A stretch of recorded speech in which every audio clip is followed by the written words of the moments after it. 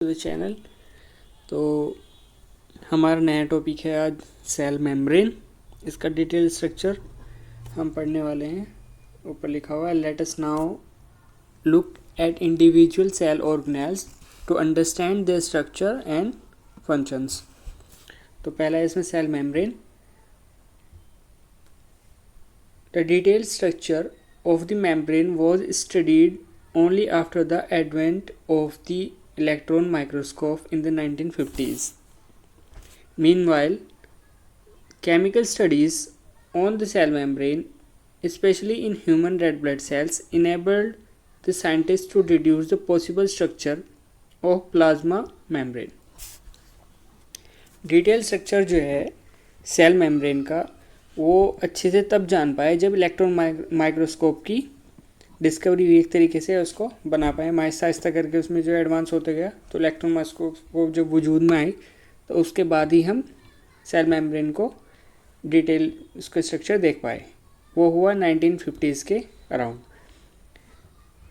Meanwhile chemical studies on the cell membrane specially in हुआ किस चीज़ में सबसे ज़्यादा, इसको जो सेल मेम्ब्रेन को हमने पढ़ा वो रेड ब्लड सेल्स के अंदर उसको देखा गया, उसमें उसकी स्टडी हुई। Enable the scientist to deduce the possible structure of plasma membrane. ठीक है ना, आरबीसी के थ्रू इसकी हम इसका स्ट्रक्चर को डिड्यूस कर पाए।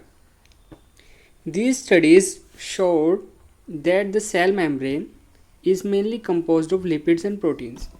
जो सेल मेम्ब्रेन है या फिर आप इसको बोले प्लाज्मा मेम्ब्रेन, ये किस चीज़ की बनी है? लिपिड एंड प्रोटीन्स की। लिपिड्स और प्रोटीन की बनी हुई है आपकी प्लाज्मा मेम्ब्रेन। तो इसको आप करेंगे यहाँ पे बहुत अच्छे से highlight important point. The major lipids are phospholipids that are arranged in a bilayer. जो फॉस्फोलिपिड है वो फॉस्फोलिपिड की जो लेयर है वो बायलेयर होती है। कैसे? ये हेड है, ये जो हेड है ये पोलर होता है और ये जिसकी टेल होगी ये नॉन पोलर होगी, सैचुरेटेड कार्बन हाइड्रोकार्बन। ठीक है ना, ये पोलर होगी ये वाला पार्ट, तो ये हाइड्रोफिलिक हुआ। ये वाली नॉन पोलर है, ये हाइड्रोफोबिक पार्ट हुआ। ठीक है ना, नेक्स्ट पार्ट पर आते हैं।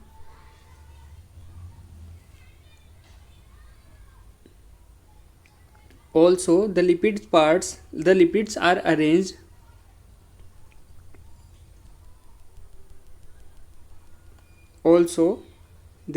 are arranged within the membrane with the polar head towards the outer sides, polar head ये वाला outside, and the hydrophobic tail towards the inner part। ये वाली टेल है तो ये इनर पार्ट में है यहाँ पे। ठीक है ना, जैसे ये एक लेयर है तो ये बाहर वाली साइड में तो हेड हो गया और ये इनर साइड में जो है हमारी टेल हो गई। ठीक है ना, ये हाइड्रोफिलिक पार्ट है, ये हाइड्रोफोबिक पार्ट है, अभी बताया मैंने आपको। This ensures that the non polar tail of saturated hydrocarbon is protected from the aqueous environment. जो यहाँ पे आपका एक्वस एनवायरनमेंट होगा उससे जो है नॉन पोलर जो टेल है उससे प्रोटेक्टेड रहे, इस वजह से इस तरीके से अरेंज होती हैं। In addition to phospholipids membrane also contain cholesterol. Phospholipid के साथ साथ कोलेस्ट्रॉल भी यहाँ पर होता है, इसमें प्रेजेंट होता है सेल मेम्ब्रेन में। ठीक है ना, नेक्स्ट पार्ट लेटर, ये इम्पोर्टेंट है, इसको आप यहाँ पे जो है हाईलाइट कर देंगे। Next part later biochemical investigation clearly revealed that the cell membranes also possess protein and carbohydrate। बाद में जब बायोकेमिकल इन्वेस्टिगेशन हुई तो उन्होंने रिवील किया कि सेल मेम्ब्रेन के अंदर जो है प्रोटीन और कार्बोहाइड्रेट भी प्रेजेंट हैं। ठीक है ना, the ratio of protein and lipid varies considerably in different type cells. ठीक है ना, मतलब अलग अलग तरीके की सेल होंगी तो उनके अलग अलग फंक्शन होंगे, तो उसी हिसाब से जो प्रोटीन और लिपिड का रेशियो होगा वो भी चेंज होता रहेगा।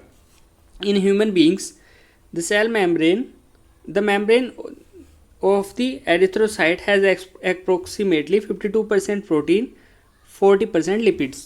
ठीक है ना, एक तो ये रेशियो याद कर लीजिए आप फौरन।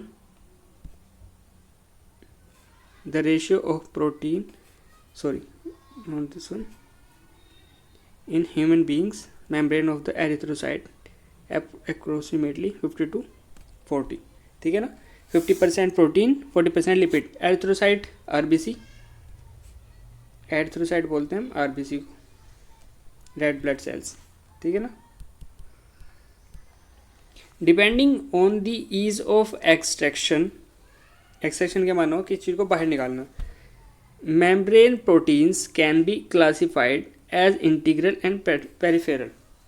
जो मेम्ब्रेन की प्रोटीन है उनको हम दो तरीके से जो है क्लासिफाई कर सकते हैं, दो पार्ट में क्लासिफाई करते हैं. पहली है इंटीग्रल प्रोटीन और एक है पेरिफेरल. पेरिफेरल वो होती है जो बाहरी हिस्से में सरफेस पर नज़र आ जाती है, और ये होती है एम्बेडेड होती है, मतलब कि इंटीग्रल प्रोटीन है बिल्कुल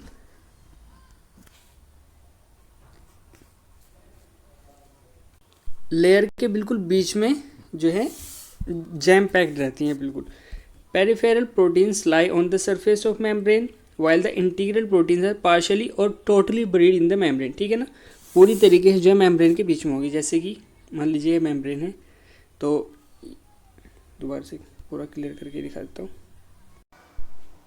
देखिए प्लाज्मा मेम्ब्रेन है, मान लीजिए ये है, इसमें इंटीग्रल प्रोटीन, ठीक है ना, और ये है पेरिफेरल प्रोटीन, पेरिफेरल, और ये है इंटीग्रल. बस इतना सा ही है और कुछ नहीं है.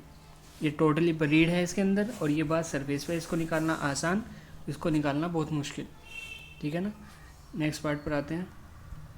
ये इसका स्ट्रक्चर देख लीजिए. ये पोलर हेड है लिपिड बाइलेयर के, ये वाले, और ये अंदर है नॉन पोलर वाला टेल वाला पार्ट, ठीक है ना. दिख रहा होगा आपको अच्छे से. कलर चेंज कर देता हूँ, कलर लेकर आते हैं, ये वाला शायद अच्छा रहेगा. ये आपका शुगर, ये पेरिफेरल प्रोटीन जिसको मैंने बताया निकालना, इसको आसानी से निकाले जा सकते हैं. Phospholipid bilayer, integral protein, partially buried protein, और ये कोलेस्ट्रॉल. ये सब चीज़ें आपको याद रखनी है. इसके अंदर होता क्या क्या है, ठीक है ना, ये भी पूछ सकता है ना भाई. तो आपको सारी की सारी चीज़ें लेकर चलनी पड़ेंगी सोचकर. इसके अंदर शुगर भी है, कोलेस्ट्रॉल है, पेरिफेरल प्रोटीन है, इंटीग्रल प्रोटीन है, पार्शियली बरीड प्रोटीन है, फॉस्फोलिपिड की बाइलेयर भी है, ठीक है ना. ये सब चीज़ें याद रखनी है. Next part, an improve. देखिए क्या हुआ था, सिंगर एंड निकोलसन ने जो है एक मॉडल प्रपोज किया था जिसको नाम दिया गया fluid mosaic model cell membrane का. अकॉर्डिंग टू दिस मॉडल क्या था, क्वासी फ्लूइड है, सेमी फ्लूइड होगी सेल मेम्ब्रेन. अब जब सेमी फ्लूइड होगी तो जाहिर सी बात है उसमें थोड़ी ना मूवमेंट भी हो सकती है. सेमी फ्लूइड है, ना तो सॉलिड है ना लिक्विड है, सेमी फ्लूइड है, तो उसके अंदर थोड़ी मूवमेंट रहेगी. तो उसकी वजह से क्या होगा, the quasi fluid nature of lipid enables lateral movement of protein with in the oral bilayer, ठीक है ना. प्रोटीन की जो है लेटरल मूवमेंट इसमें पॉसिबल है. तो ये इंपॉर्टेंट पॉइंट है, इसको ये हो गया. This ability to move within the membrane is measured as it fluidity, ठीक है ना. ये पॉइंट पूरा हुआ. Next point, the fluid nature of the membrane is also important from the point of view of functions like cell growth, formation of intercellular junctions, secretions, endocytosis, cell division etcetera. कहना क्या चाह रहा है कि जो semi fluid nature है वो सिर्फ ऐसे ही नहीं है, उसके भी कुछ फ़ायदे भी है, उसके इंपॉर्टेंट हैं कुछ. उसके फंक्शंस क्या हैं, देखिए. सेल ग्रोथ में हेल्प करेगा, अगर सॉलिड होगा तो ग्रोथ हो ही नहीं पाएगी. तो सेमी फ्लूइड है, सेल ग्रोथ में हेल्प करेगा. फॉर्मेशन ऑफ इंटरसेलुलर जंक्शंस के लिए हेल्प करेगा. किसी सेल से अगर कोई जंक्शन बनाना है, कॉन्टैक्ट में रहना है, तो उसके लिए कोई जंक्शन चाहिएंगे, तो formation of intercellular junctions help करेगा. सिक्रीशन में हेल्प करेगा, कोई चीज़ बाहर निकालनी है, सिक्रीशन में हेल्प करेगा. एंडोसाइटोसिस के अगर कोई चीज़ अंदर चाहिए उसको लानी है तो उसको अंदर लाने में हेल्प करेगा. सेल डिवीज़न में हेल्प करेगा. पूरा इंपॉर्टेंट है. अभी के अभी इसको मार्क कर देते हैं. ये लीजिए, जितना भी रेड पार्ट है ना सारा इंपॉर्टेंट है बहुत ज़्यादा. इस डेटा को याद रखना बहुत ज़रूरी है. ये साइंटिस्ट का नाम याद रखो, ठीक है ना. ये next part, one of the most important functions of the plasma membrane is the transport of molecule across it. Plasma membrane का सबसे ज़्यादा इम्पोर्टेंट फंक्शन ये है कि वो जो मॉलिक्यूल्स होते हैं ना उनका ट्रांसपोर्ट कराती है अक्रॉस द सेल, ठीक है ना, बाहर भी अंदर भी, बाहर भी अंदर भी। कुछ प्रोटीन कुछ है जो अंदर आ सकते हैं, कुछ हैं जो बाहर जा सकते हैं, लेकिन सेलेक्टिवली परमिएबल होती है प्लाज्मा मेम्ब्रेन।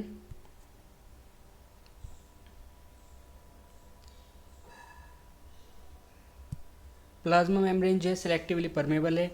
3 तरीके के ट्रांसपोर्ट हमारे पास है, पैसिव ट्रांसपोर्ट या फिर चेन प्रोटीन होगा एक तुम्हारे पास, carrier protein, sorry chain protein बोल रहा हूँ, कैरियर प्रोटीन होगा, इसके थ्रू हो सकता है, या फिर एक्टिव ट्रांसपोर्ट हो सकता है। इसको पैसिव के लिए कोई एनर्जी की ज़रूरत नहीं है, सिंपल डिफ्यूजन से हो जाएगा, कंसंट्रेशन के gradient along the concentration gradient.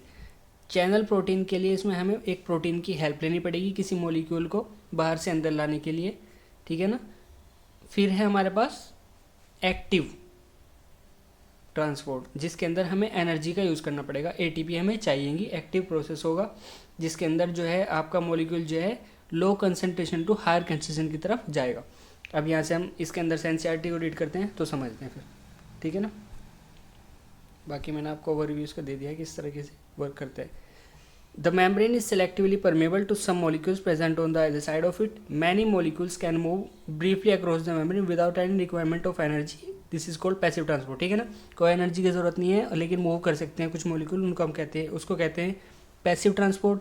Neutral solutes may move across the membrane by process of simple diffusion along the concentration gradient that is from the higher concentration to the lower concentration, ठीक है ना। Simple diffusion जो है higher concentration to lower concentration होता है।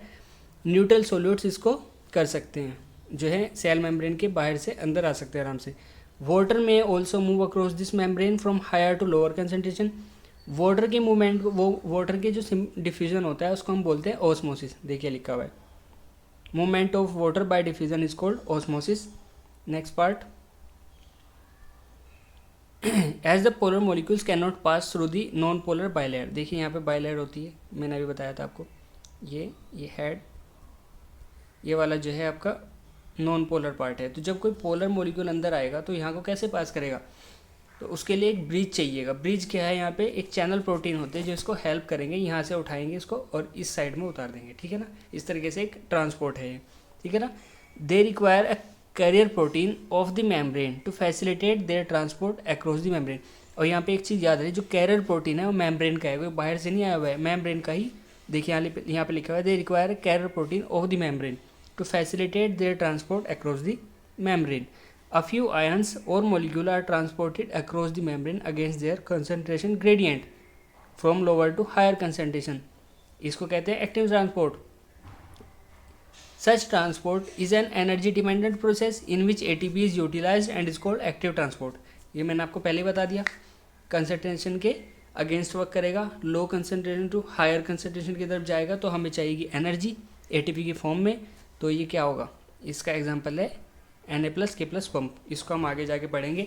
इसमें जो मैंने रेड किया हुआ है ना, रेड ही हाईलाइट किया रेड कलर से, रेड मार्क से, ये इंपॉर्टेंट पार्ट है, इसको याद कीजिए, ये आपको हेल्प करेगा और इसके शॉर्ट नोट्स बनाइए। तो नेक्स्ट लेक्चर के बाद हम सेल वॉल करेंगे। Thank you.